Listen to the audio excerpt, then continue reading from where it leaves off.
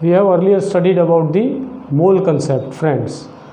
Now today little more step ahead, that how to calculate the number of moles and the number of particle present in any given quantity of a particular substance. तो देखो, इसका हम यहाँ से शुरू करते हैं कि आपको कोई एक सब्सटेंस दिया जाता है और उसकी कोई क्वांटिटी होती है कि भाई x ग्राम कोई सब्सटेंस है, कोई कंपाउंड है। अब वो x ग्राम कंपाउंड के अंदर उस कंपाउंड के कितने मॉलिक्यूल होंगे, तो उसे हम कैसे कैलकुलेट करें वो थोड़ा समझने की आज कोशिश करते हैं। चलिए, तो एक सिंपल एग्जांपल से शुरू करते हैं। So example is calculate the number of molecules present in 18 gram of water. तो हमारे पास तीन चीज़ें हैं दोस्तों। नंबर वन, हमारे पास सब्सटेंस कौन सा है? Water. What is the formula of water? We know that is H2O, right. तो water is the substance, 18 gram is the given quantity. उसकी क्वांटिटी क्या दी गई है? 18 ग्राम। ये क्वांटिटी कोई और भी हो सकती है, 180 भी हो सकती है, राइट। इंस्टेड ऑफ 9 ग्राम भी हो सकती है, कोई भी। इससे हमें कोई लेना देना नहीं है, जो हमको दिया जाता है उसी से हमें कैलकुलेट करना है। तो सब्सटेंस फिक्स है, उसकी क्वांटिटी फिक्स है। अब उसमें हमें क्या ढूंढना है? Number of molecules. तो देखो, water is a compound, so the smallest particle will be water molecule, right? We assume that here the water given is a pure water, right? There is no other impurity present in it. Now, so how to calculate the number of molecules? Now we know, friends, in mole concept what we define, that one mole of a substance that equals to 6.022 into 10 to the power 23 number of particles that are present in exactly 12 gram of carbon isotope. So here we will apply two formulas based on same. तो देखो, first one is what? We have to calculate mole. पहले हम मोल ढूंढेंगे, उसके बाद कितने particle हैं उसका प्रश्न आएगा, right. So first let us calculate the मोल।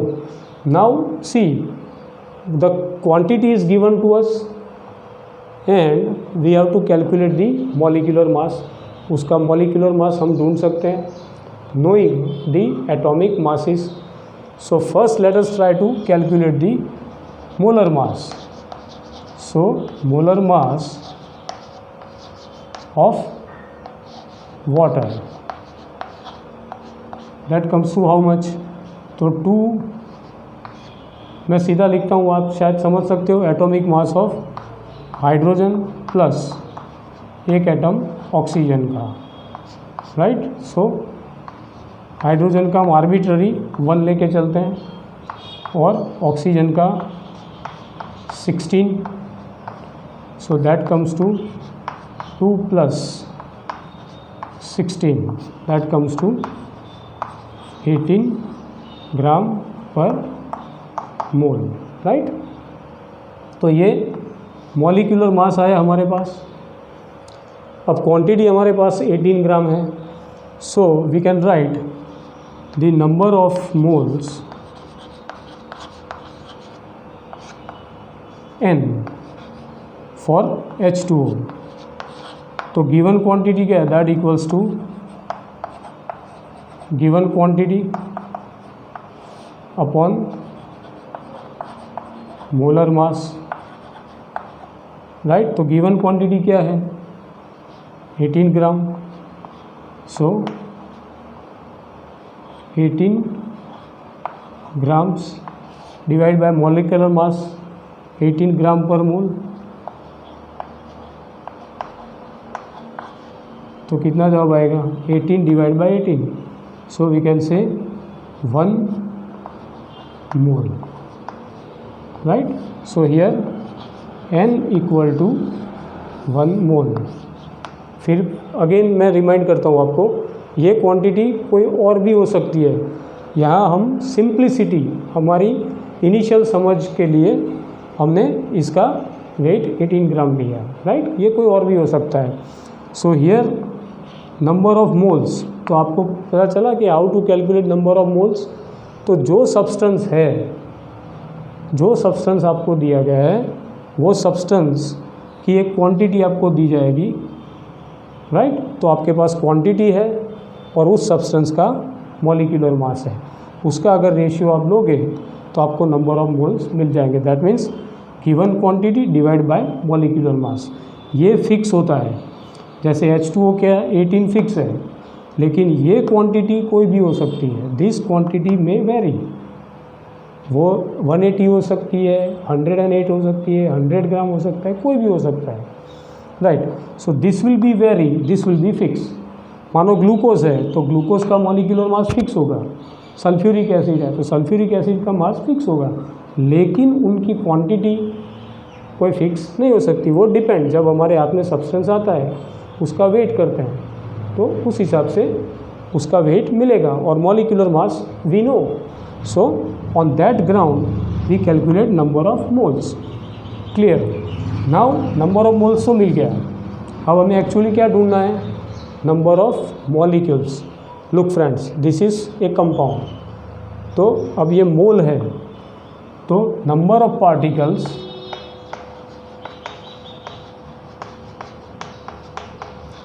और पार्टिकल्स यहाँ क्या है, molecules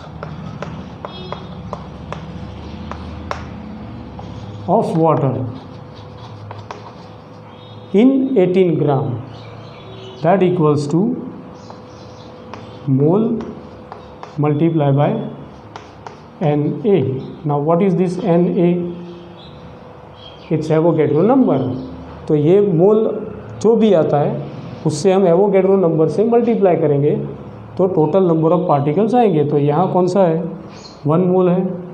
so here you can write even n into Na, not an issue for simplicity. So here n equal to 1 and what is Avogadro number, 6.022 into 10 to the power 23. What will be the answer? Same as that, 6.022 into 10 to the power 23. तो ये आ गया number of molecules of water present in 18 ग्राम। तो 18 ग्राम जब हम water लेते हैं, अच्छा यहाँ ग्राम का भी मैं क्लैरिफिकेशन दे दूँ, शायद आपको ये कन्फ्यूज़न होगा कि वाटर तो लिक्विड है तो आप ग्राम कैसे कर सकते हो। तो देखो दोस्तों, उसका सीधा सिंपल रीज़न है, क्योंकि वाटर की जो डेंसिटी है तो वो 1 है, दैट इज़ 1 ग्राम पर cubic centimetre, right. So it is equivalently taken as gram or kilogram, right? So let's not be confused, but focus here. So here number of particles are 6.022 molecules of water, right? तो ये 18 gram है। Suppose मानो कि 180 ग्राम हो तो कहाँ change होगा, तो यहाँ चेंज होगा। Clear. So 180 divide by 18, so that comes to total 10. So the moles will be, instead of 1 that will be 10. So here n will be, instead of 1 that will be 10. Now 10 है तो simple आप इसका power बढ़ा दो, right. तो that comes to 10 to the power 24. Clear. मानो 9 ग्राम है तो 9 ग्राम उससे आधा हो गया, तो यहाँ क्या आएगा, इंस्टेड ऑफ 18 तो 18 वही रहेगा, ये क्या होगा 9 तो हाफ, राइट, आधा हो जाएगा। So here instead of 1 that would be half. So here 6.022 into 10 to the power 23 will be divided by 2. So this, instead of this, for 9 gram you can check the answer what we can, इसका सिर्फ half कर दो, इसको कोई छेड़खानी मत करो, right. For 9 gram this particle will be what, half of 6 is 3, 0 1 1 into 10 to the power 23 water molecule. So देखो आपने एक चीज़ नोटिस की होगी, ये क्वांटिटी चेंज हो सकती है। फॉर इवन से 180 gram this would be remain same 6.022 into 10 to the power now 24। Why? Because this is multiply by 10, तो 10 एक पावर हो गया, ऐड हो गया यहाँ पे, राइट। सो ये सिंपल सी फॉर्मूला है, आप अच्छे से उसकी प्रैक्टिस करो। आप अपने तरीके से भी कोई क्वांटिटी ले सकते हो। अब ध्यान देखने वाली चीज़ ये है कि अगर हम कहें, अगर मैं यहाँ कहूँ कि 1 मोल कब होता है, तो यहाँ ध्यान से देखो दोस्तों, तो उसकी जो क्वांटिटी, गिवन क्वांटिटी है और उसका मॉलिक्यूलर मास है, दोनों इक्वल है, सेम है। इसका मतलब ये हुआ कि जो क्वांटिटी आपको दी जाती है, अगर वो क्वांटिटी उसके मॉलिक्यूलर मास के बराबर होती है तो नेचुरली इसका आंसर आएगा 1 मोल।